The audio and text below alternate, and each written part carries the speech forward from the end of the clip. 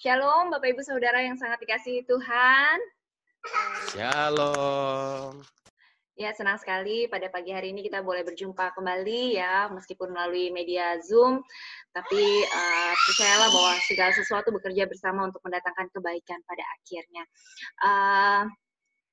Pada pagi hari ini tema kita adalah hidup dalam kemerdekaan Kristus ya. Hidup dalam kemerdekaan Kristus, ini tema yang sangat luar biasa di bulan ini.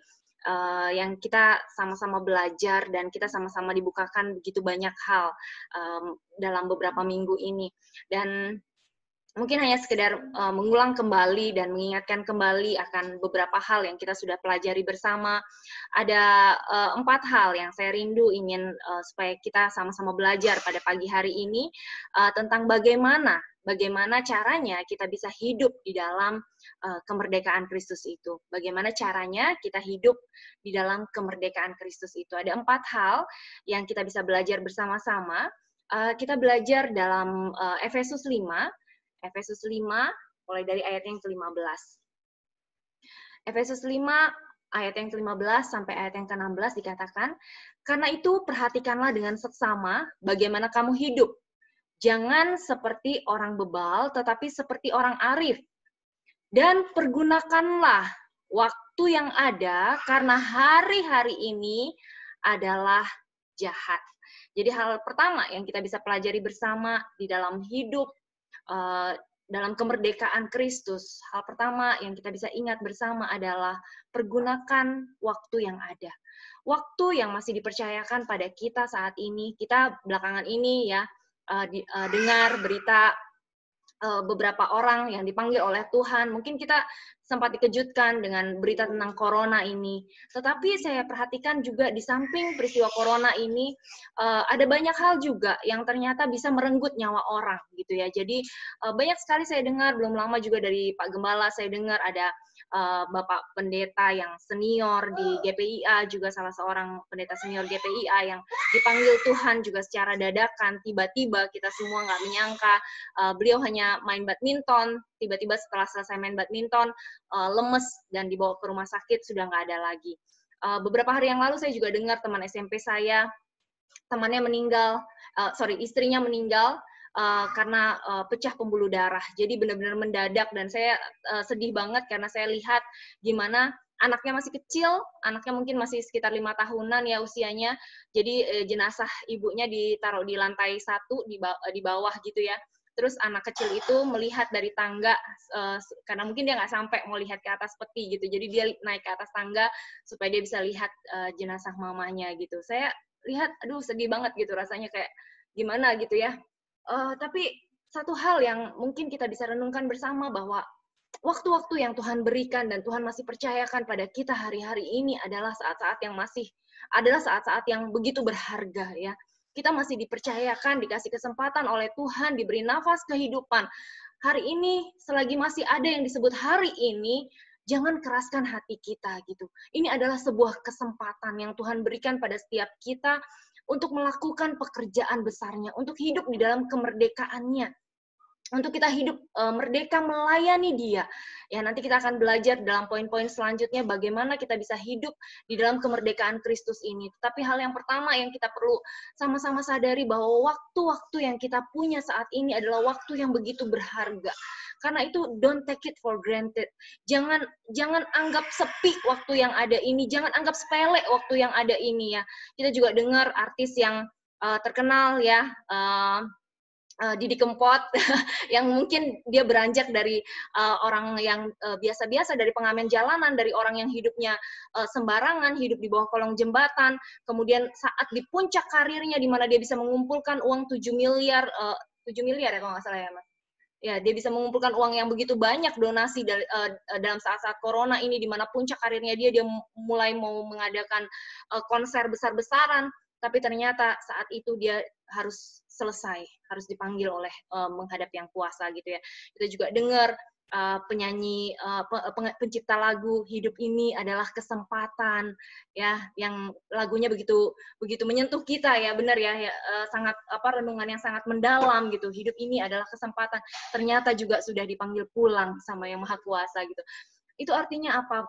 Itu artinya saat untuk kita saat-saat ini sungguh-sungguh untuk kita merenung dan menyadari dengan sungguh bahwa waktu-waktu yang kita punya ini benar-benar berharga. Dalam terjemahan sederhana Indonesia dikatakan, jadi berhati-hatilah dengan cara hidup kalian masing-masing. Hati-hati dengan cara hidup kita masing-masing. Jangan hidup seperti orang bodoh, tetapi hiduplah seperti orang bijaksana.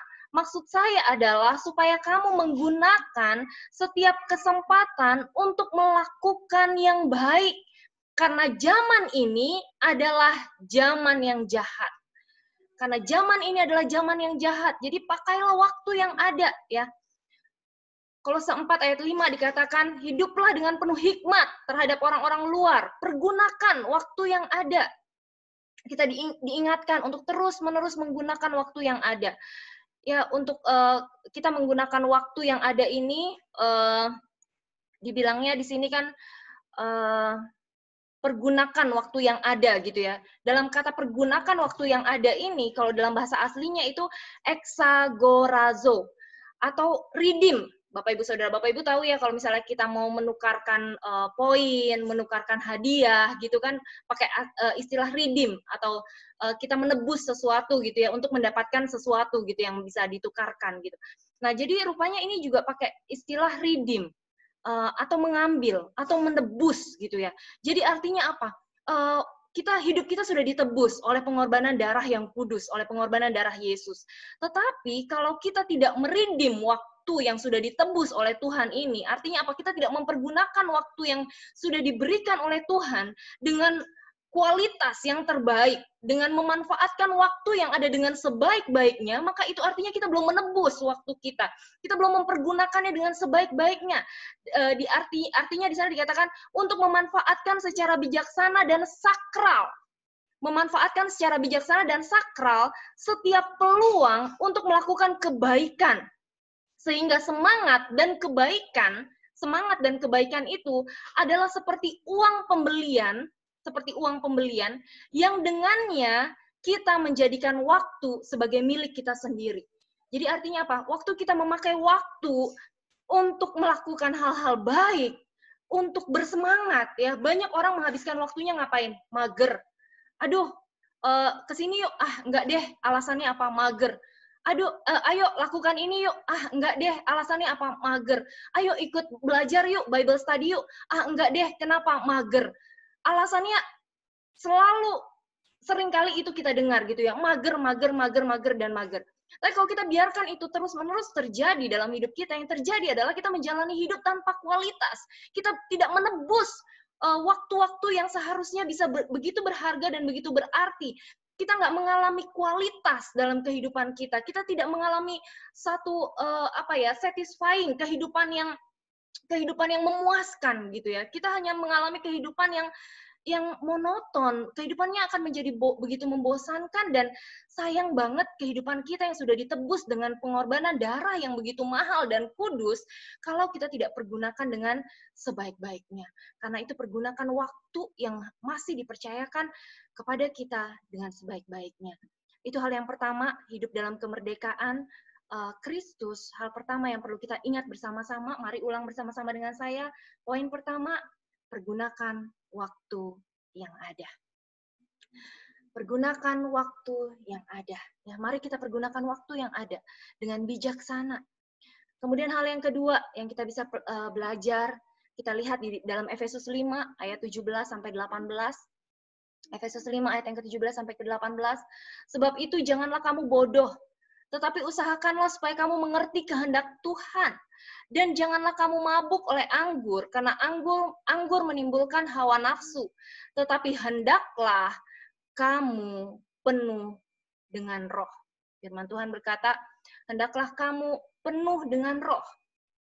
Ya.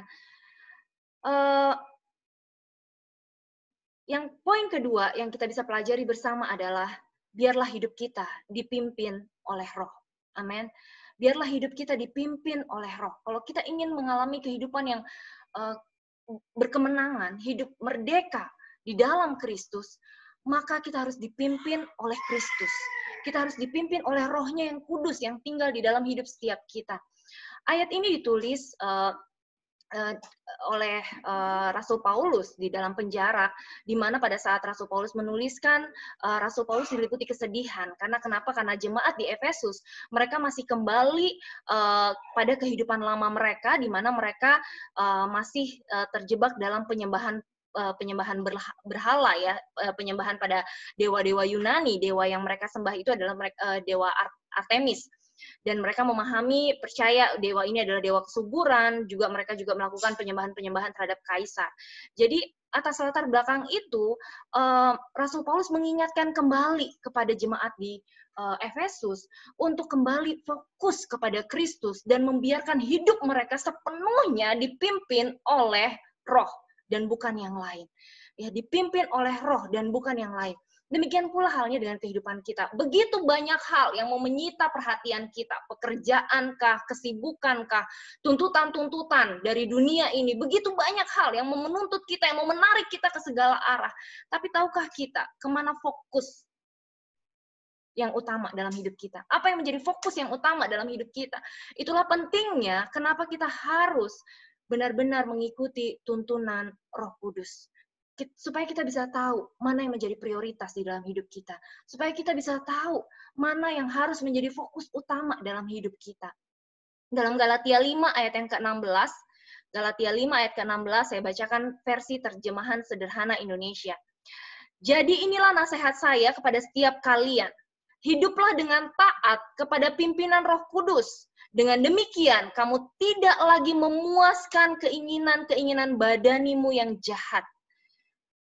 Jadi kita belajar untuk hidup dengan taat pada pimpinan Roh Kudus.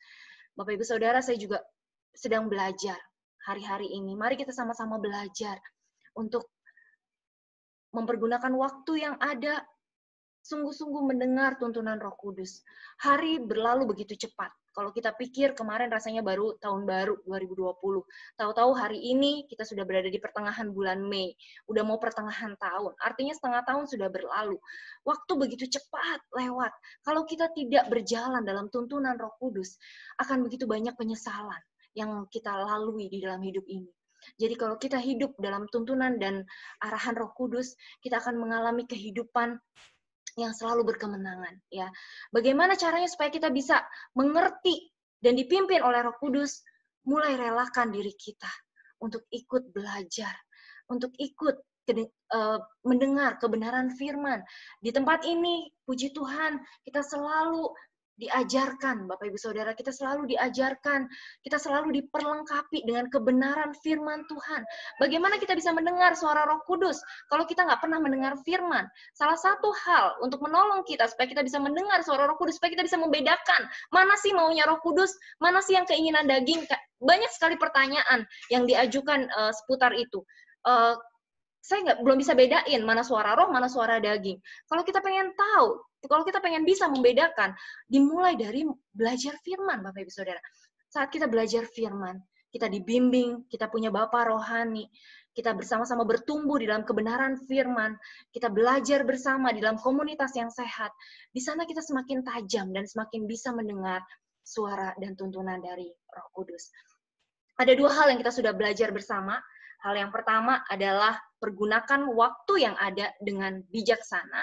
Hal yang kedua, biarkan hidup kita dipimpin oleh Roh Kudus.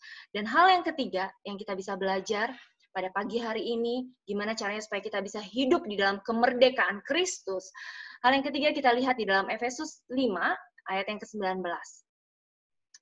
Efesus 5 ayat yang ke-19, firman Tuhan berkata, dan berkata-katalah seorang kepada yang lain dalam mazmur, kidung puji-pujian, dan nyanyian rohani. Bernyanyilah dan bersoraklah bagi Tuhan dengan segenap hati. Berkata-katalah seorang kepada yang lain dalam mazmur. Artinya apa? Artinya adalah bahwa supaya kita bisa hidup merdeka, kita harus hidup melayani Tuhan. Gimana caranya melayani Tuhan? Ya, gimana sih caranya melayani Tuhan? Dalam Efesus 5 ayat yang kedua, Efesus 5 ayat kedua, firman Tuhan berkata, dan hiduplah di dalam kasih, sebagaimana Kristus Yesus juga telah mengasihi kamu, dan telah menyerahkan dirinya untuk kita sebagai persembahan dan korban yang harum bagi Allah. Hiduplah dalam kasih, sebagaimana Kristus juga mengasihi setiap kita. Ya, jadi supaya kita bisa hidup di dalam kemerdekaan Kristus, mulailah untuk hidup saling mengasihi sebagaimana Kristus mengasihi kita. Galatia 5 ayat 13, Galatia 5 ayat yang 13 sampai dengan 15, saya bacakan di versi terjemahan sederhana Indonesia, ya Bapak Ibu Saudara. Galatia 5 ayat 13 sampai 15 versi terjemahan sederhana Indonesia, firman Tuhan berkata, "Jadi saudara-saudari, kita sudah dipanggil oleh Allah untuk hidup bebas dari ikatan hukum Taurat. Tetapi janganlah kita menggunakan kebebasan kita itu sebagai alasan untuk memuaskan keinginan-keinginan badani kita, melainkan hendaklah kita saling melayani karena didorong dalam ikatan kasih persaudaraan. Karena seluruh hukum Taurat sudah disimpulkan dalam satu perintah, yaitu kasihilah sesamamu sama seperti kamu mengasihi dirimu sendiri. Tetapi waspadalah, supaya kalian tidak seperti binatang buas yang terus saling menggigit dan saling menelan, bahkan kalian sampai saling menghancurkan." Menarik ayat ini Bapak Ibu Saudara. Nanti kita akan bahas lebih lanjut. Kita lihat dulu di Yakobus 2 ayat yang 8. Yakobus 2 ayat yang ke-8. Akan tetapi, jikalau kamu menjalankan hukum utama yang tertulis dalam kitab suci, kasihilah sesamamu manusia seperti dirimu sendiri, kamu berbuat baik. Hukum utama. Bapak Ibu notice nggak ya? Dari 2 ayat tadi kita belajar, hukumnya tinggal 1. Sadar nggak? Sebelumnya, kalau kita lihat di Matius 22 ayat 37 sampai 40, kita tahu bahwa kitab Taurat, hukum Taurat dan kitab para nabi itu tergantung pada 2 hukum yang utama, betul nggak? Ada 2 hukum yang utama. Apa itu 2 hukum yang utama? Yaitu kasihilah Tuhan Allahmu dengan segenap hatimu, benar ya? Dengan segenap jiwamu dan dengan segenap akal budimu. Itulah yang hukum yang terutama. Dan yang pertama, dan hukum yang kedua yang sama dengan itu ialah kasihilah sesamamu manusia seperti dirimu sendiri. Pada kedua hukum inilah tergantung seluruh hukum Taurat dan kitab para nabi.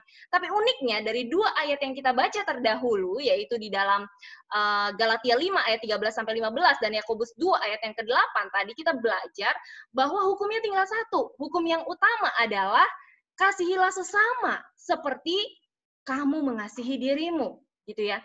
Dalam Yakobus 2 juga sama. Dibilangnya kasihilah sesamamu manusia seperti dirimu sendiri. Kenapa kok tinggal 1 aja ya?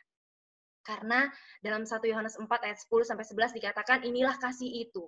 Bukan kita yang telah mengasihi Allah, tetapi Allah yang telah mengasihi kita dan yang telah mengutus anaknya sebagai pendamaian bagi dosa-dosa kita. Saudara-saudaraku yang kekasih, jikalau Allah demikian mengasihi kita, maka haruslah kita juga saling mengasihi. Untuk mengasihi Allah dengan segenap hati kita, dengan sekuat tenaga kita, dengan segenap akal budi kita, dengan segenap jiwa kita nggak mampu melakukannya, dan itu sudah dilakukan oleh Allah, betul ya? Allah sudah melakukannya untuk kita. Makanya Allah berkata, inilah kasih itu. Bukan kita yang mengasihi Allah, tetapi Allah yang mengasihi kita. Nah sekarang tugas kita, tinggallah mengasihi sesama kita, sama seperti kita mengasihi diri kita sendiri. Ya, mengasihi sesama kita seperti kita mengasihi diri kita sendiri. Itulah yang menjadi hukum yang terutama. Sesudah kita menerima kasih Tuhan yang begitu besar, sesudah kita menerima kasih dan pengorbanan Yesus yang begitu luar biasa besar, yang menjadi fokus utama dalam hidup kita hari ini, tidak lain tidak bukan adalah mengasihi orang lain. Kalau kita ingin melayani Tuhan hari ini, gimana caranya? Dengan cara melayani orang-orang yang ada di sekitar kita. Nggak ada yang lain, Bapak Ibu Saudara. Dalam Amsal 18 ayat yang pertama, Amsal 18 ayat yang pertama, firman Tuhan berkata, orang yang menyendiri mencari keinginannya, amarahnya meledak terhadap setiap pertimbangan. Orang yang suka menyendiri dan memikirkan dirinya sendiri, entah kenapa akan menjadi orang yang mudah marah. Ya, amarahnya akan menjadi meledak pada setiap pertimbangan. Ngomongin apapun, dia akan tersinggung, marah, dan emosi. Akan menjadi orang yang gampang sensi, akan menjadi orang yang berfokus pada dirinya sendiri, akan menjadi orang yang begitu mudah sensi, begitu mudah tersinggung, dan susah untuk mengasihi orang lain. Galatia 5 ayat 26, Galatia 5 ayat 26, dalam terjemahan sederhana Indonesia dikatakan, janganlah kita menjadi sombong dan berkata dalam hati kita, saya lebih baik dari saudara-saudari seiman saya yang lain. Atau berkata secara langsung, saya lebih baik di mata Tuhan daripada kamu. Janganlah kita iri hati dengan berpikir, saudara seiman saya itu sudah menjadi lebih hebat dari saya dalam jemaat. Jadi ketika kita fokus pada diri sendiri, maka muncullah iri hati. Maka muncullah masalah-masalah yang lain. Dalam Yakobus 3 ayat 16-17 dikatakan, Yakobus 3, 16-17, sebab di mana ada iri hati dan mementingkan diri sendiri, di situ ada kekacauan. Wah, ya, di mana ada iri hati dan mementingkan diri sendiri, di situ ada kekacauan dan segala macam perbuatan jahat.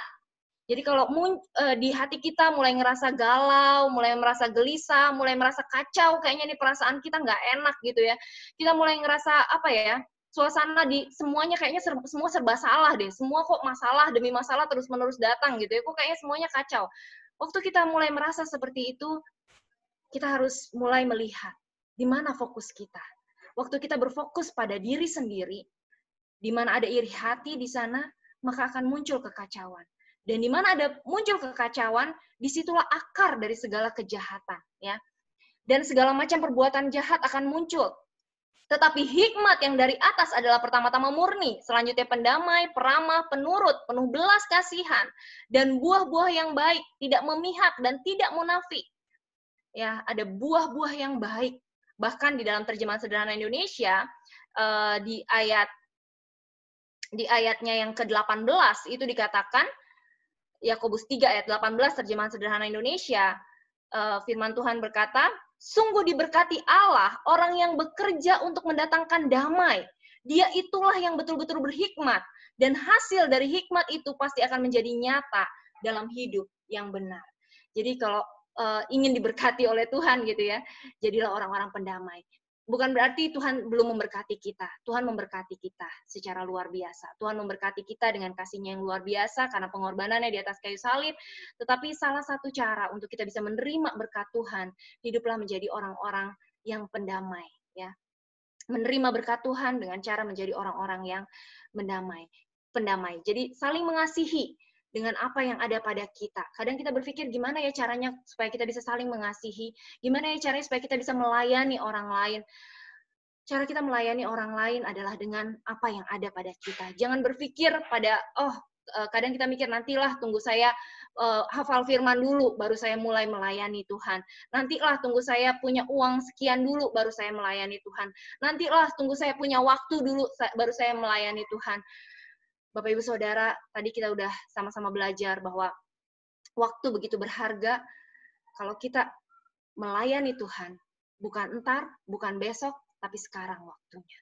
Sekarang saatnya untuk melayani Tuhan. Untuk tidak lagi hidup berfokus pada diri kita sendiri. Di bulan-bulan sebelumnya kita sudah belajar begitu banyak hal bahwa kita sudah mati bagi diri sendiri, kita hidup untuk memuliakan Allah. Waktu kita sudah mati bagi diri sendiri akan sangat mudah buat kita untuk bisa taat pada tuntunan Roh Kudus. Dan waktu kita taat pada tuntunan Roh Kudus, tentu kita akan hidup memperhatikan orang lain. Kita sudah selesai dengan diri kita sendiri, dan hidup kita adalah hidup untuk melayani orang lain, untuk membawa orang-orang lain di sekeliling kita untuk mengenal pribadi Kristus. Biar setiap orang yang berjumpa dengan hidup kita, mereka melihat pribadi Kristus yang sungguh nyata, yang sungguh luar biasa, yang sungguh ajaib melalui hidup setiap kita. Saling mengasihi dengan apa yang ada pada kita, dimulai dengan senyuman kita, ucapan kita yang memberikan semangat, yang menguatkan dengan mazmur dan puji-pujian tadi dikatakan ya.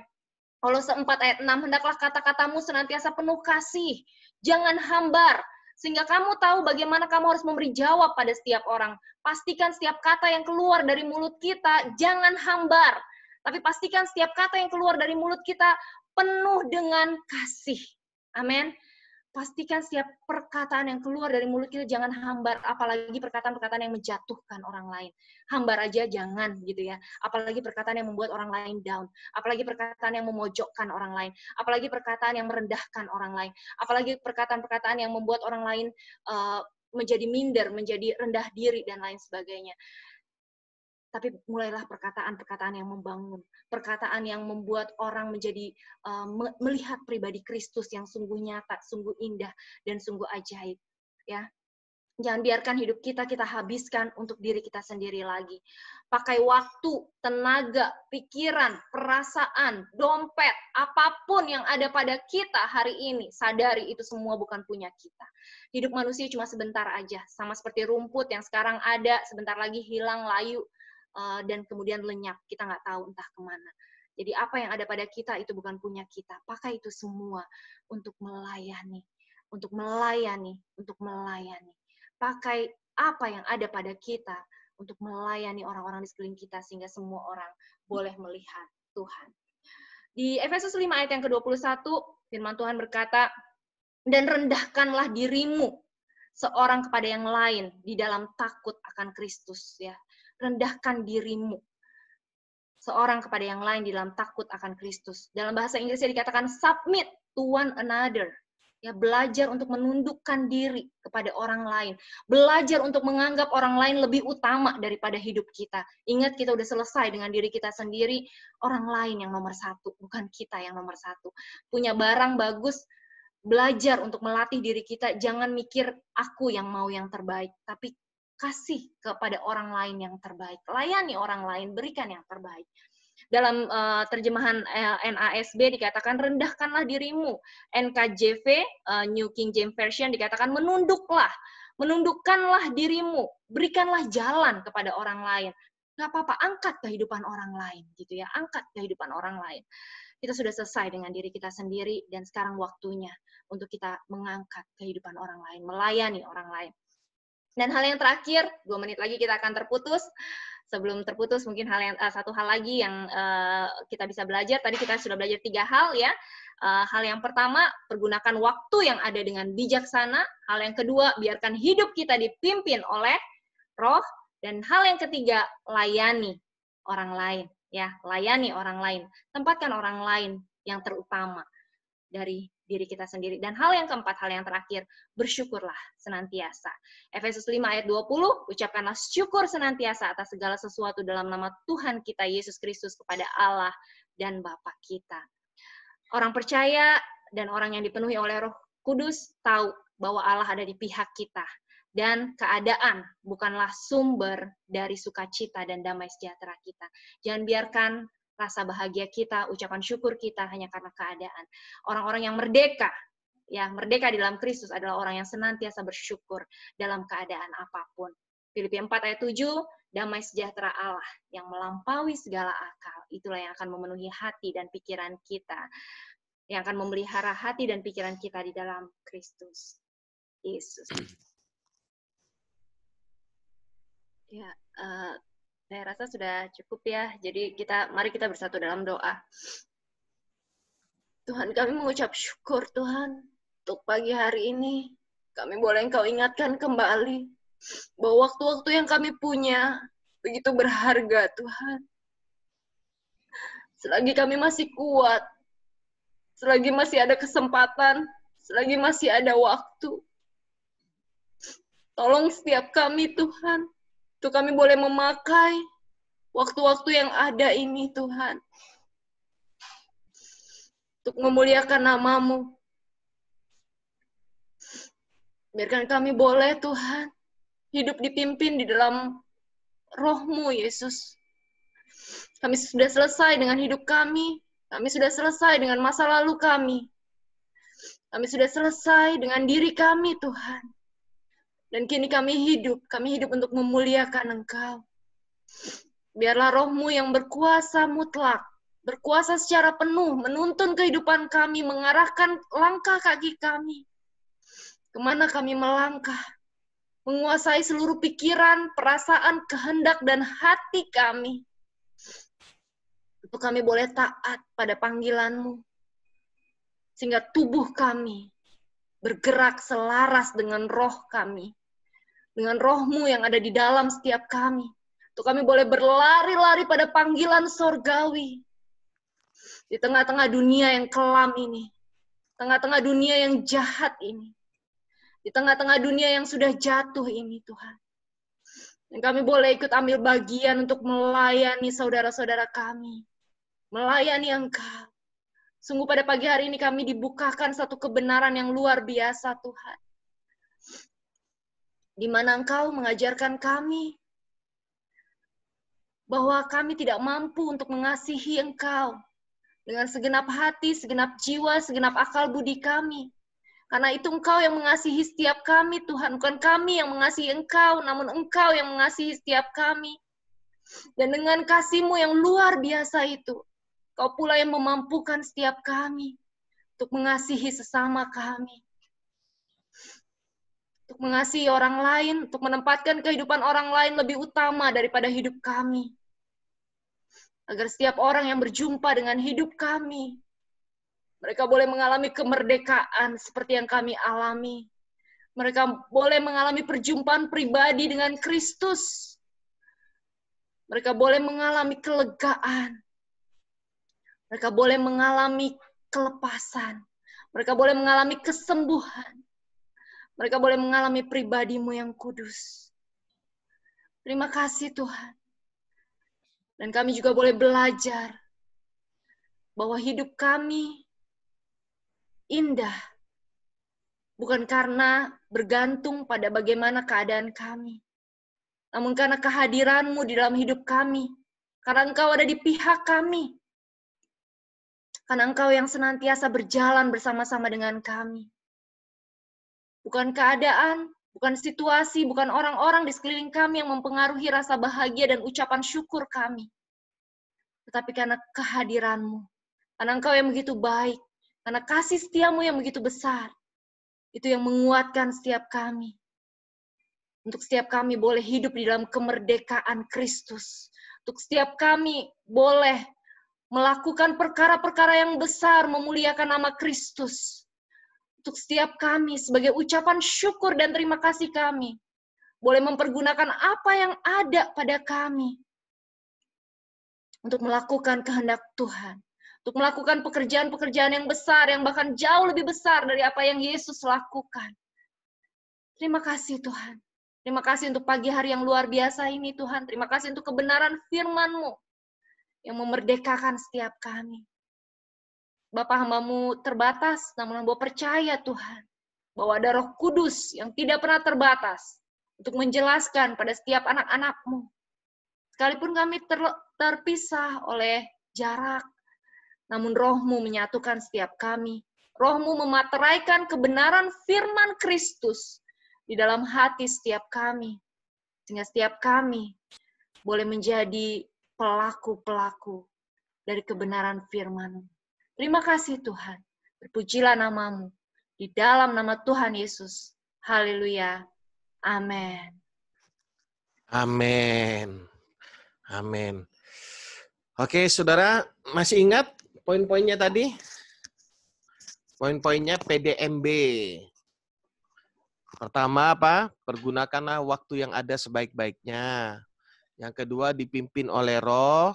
Ketiga, melayani. Yang keempat, bersyukur dalam segala keadaan. Oke, coba katakan bersama saya PDMB. PDMB. Pertama apa? Pergunakan waktu-waktu yang ada Pergunakan sebaik-baiknya. ada. Dengan bijaksana ya, kita pakai waktu, umur, semuanya dalam tangan Tuhan. Jangan kita merasa masih muda, oh masih jauh. Enggak, segala sesuatu bisa terjadi tiba-tiba. Yang penting dalam hidup ini kita bertanggung jawab menyelesaikan apa yang Tuhan taruh dalam hati kita. Lalu kita dipimpin oleh Roh, ngikutin pimpinan Roh Kudus. Habis itu apa lagi? M-nya apa? Melayani karena dasar kasih. Kita digerakkan oleh kasih. Melayani. Nah, dalam waktu-waktu ini sudah pakai untuk ketemu dan orang, video call, menguatkan orang lain. Nggak apa-apa, saudara buat grup Zoom sendiri. Nggak ada masalah, saudara. Terus beritakan Injil sebanyak-banyaknya. Lalu bersyukur. Sekalipun nggak ada dasar untuk kita berharap, mungkin nggak ada dasar untuk kita bersyukur, lihat salib Kristus. Itu membuat kita bersyukur dalam segala keadaan. Jadi saudara sadar atau tidak, kita ini sebenarnya sedang berada dalam satu pertandingan. Kita bersama-sama melayani Tuhan sebaik-baiknya. Saudara, sebagai gembala saya rindu banget untuk setiap keluarga New Life mengalami Kristus, mengenal Tuhan dengan benar, terlibat dalam pelayanan apa yang disampaikan berita hari ini, 4 poin itu kita lakukan bersama, kita hidupi bersama. Dan apa yang terjadi ketika kita tidak menghidupinya? Tuhan sanggup pakai orang lain, saudara. Jadi mari saya rindu kita keluarga New Life terlibat bersama-sama dalam pelayanan, memberitakan Injil, melayani dalam keluarga New Life, jadi berkat satu sama lain dan seterusnya. Bahkan saya mau beritahu saudara di tengah-tengah COVID begini, saudara, yang menakjubkannya adalah keuangan gereja kita malah berlimpah, saudara. Tiba-tiba ada yang dari luar kota tanya, "Kom, minta nomor rekeningnya dong. Aku mau memberkati pelayanan." Wah, luar biasa dari luar. Saya percaya kita semua juga dipakai Tuhan bersama-sama memberkati, amin. Jangan hanya dari luar, saudara, tapi dari kita sendiri sehingga kita bisa terus bergerak. Buat saudara yang mengalami dampak COVID, jangan malu, jangan sungkan, nggak apa-apa, komunikasi lah, minimal sama Bugem, biar apa yang bisa dibantu, kita bantu semua, sembako atau apa, ya yang kita bisa bantu, kita bantu semua. Karena kita ini ada untuk saling mengasihi, saling membantu satu sama lain, ya. Jadi saudara yang mengalami dampak, nggak apa-apa. Saudara jangan merasa, aku nggak bisa beri apa-apa. Jangan. Kehadiran saudara dalam Zoom begini, semangat saudara dalam segala keadaan bersyukur, memuji Tuhan, dan bersuka cita, itu sudah menjadi berkat bagi setiap kita. Bagi saya pribadi, saya bersyukur banget kalau lihat keluarga New Life. Mungkin ada yang terkena dampak gitu ya. Tapi bisa bersyukur, bersuka cita, wow, itu sudah menjadi berkat yang luar biasa. Jadi bukan hanya memberi uang saudara, tapi kehadiran saudara, senyum saudara, semangat saudara, itu melayani namanya. Saudara melayani lewat Zoom, lewat menguatkan satu sama yang lain, itu adalah pelayanan. Jadi jangan saudara mengukur segala sesuatu hanya dengan uang. Biarkan uang itu Tuhan yang ngatur semuanya. Tuhan bisa berkati kok dengan caranya yang ajaib. Pelayanan New Life pun Tuhan berkati dengan caranya yang ajaib, saudara. Ada banyak gereja yang mereka mengalami problem keuangan, tapi puji Tuhan hingga hari ini New Life terus diberkati Tuhan dan menjadi berkat bagi orang lain. Jadi kita terus memuliakan Tuhan, bersyukur. Yang penting dari kita melayani saja. Udah, jangan pikirkan berkat. Kita melayani saja, di mana saja kita bisa pelayanan. Saya melihat di tengah-tengah COVID ini cara Tuhan tuh benar-benar ajaib, sudah. Ajaib, saudara. Tuhan memberkati kita semua. Jadi saya mengajak kita semua terlibat dalam pelayanan. Pelayanan bukan hanya saudara memberikan persepuluhan persembahan misi, tapi kehadiran saudara di Zoom begini, saudara memuji Tuhan. Mana Devi? Devi mana tadi? Oh, sudah belum terkonek lagi ya. Oke. Semangat tadi muji Tuhan. Ada Yeni tadi gayanya sama Kofunik. Wah, harus buat gaya sendiri kita ini masing-masing keluarga ini biar seru. Tadi anaknya Colin juga. Nanti mulai rekamannya silahkan dilihat nanti. Nanti gue kirim lah. Satu yang lagu yang tadi dengan Gambus dan Kecapi. Jadi saudara, hari Kamis nanti kita ada memperingati kenaikan Tuhan Yesus. Ibadahnya jam 4 sore ya. Jam 4 sore satu kali saja. Dan kita ada perjamuan kudus. Buat saudara yang belum menerima perjamuan kudus, saudara boleh menghubungi Anne di New Life. Itu sudah disediakan, saudara. Saya sudah order lagi, udah datang lagi. Jadi kalau saudara ngambil perjamuan, jangan untuk satu kali ibadah. Ambil minimal untuk 4 kali sampai 5 kali ibadah untuk 1 bulan. Jadi satu orang itu 4 sampai 5. Supaya nanti sebulan sekali atau 2 bulan sekali baru kita bagi perjamuan lagi gitu, saudara. Sementara ini memang karena ordernya dari Jakarta satu-satu supaya nggak kena biaya ongkir gitu, saudara. Satu-satu dan sudah cukup untuk kita 1 bulan ibadah. Jadi mohon maaf kalau saudara ada yang belum dapat, saudara boleh menghubungi Anne, boleh mengambilnya di New Life, dan kita sama-sama hari Kamis jam 4 sore, perjamuan kudus bersama memperingati kenaikan Tuhan Yesus. Saudara boleh informasi ke teman-teman yang lain, jadi kita pakai roti dan anggur yang sudah disediakan. Jadi nggak harus dengan teh lagi, dengan teh itu karena kepepet, karena terpaksa gitu ya. Tapi kita roti dan anggur sudah disediakan. Jadi nanti kalau di tempat saudara kurang, hubungi Anne, di New Life ada. Saya akan coba terus order pelan-pelan satu-satu. Ya.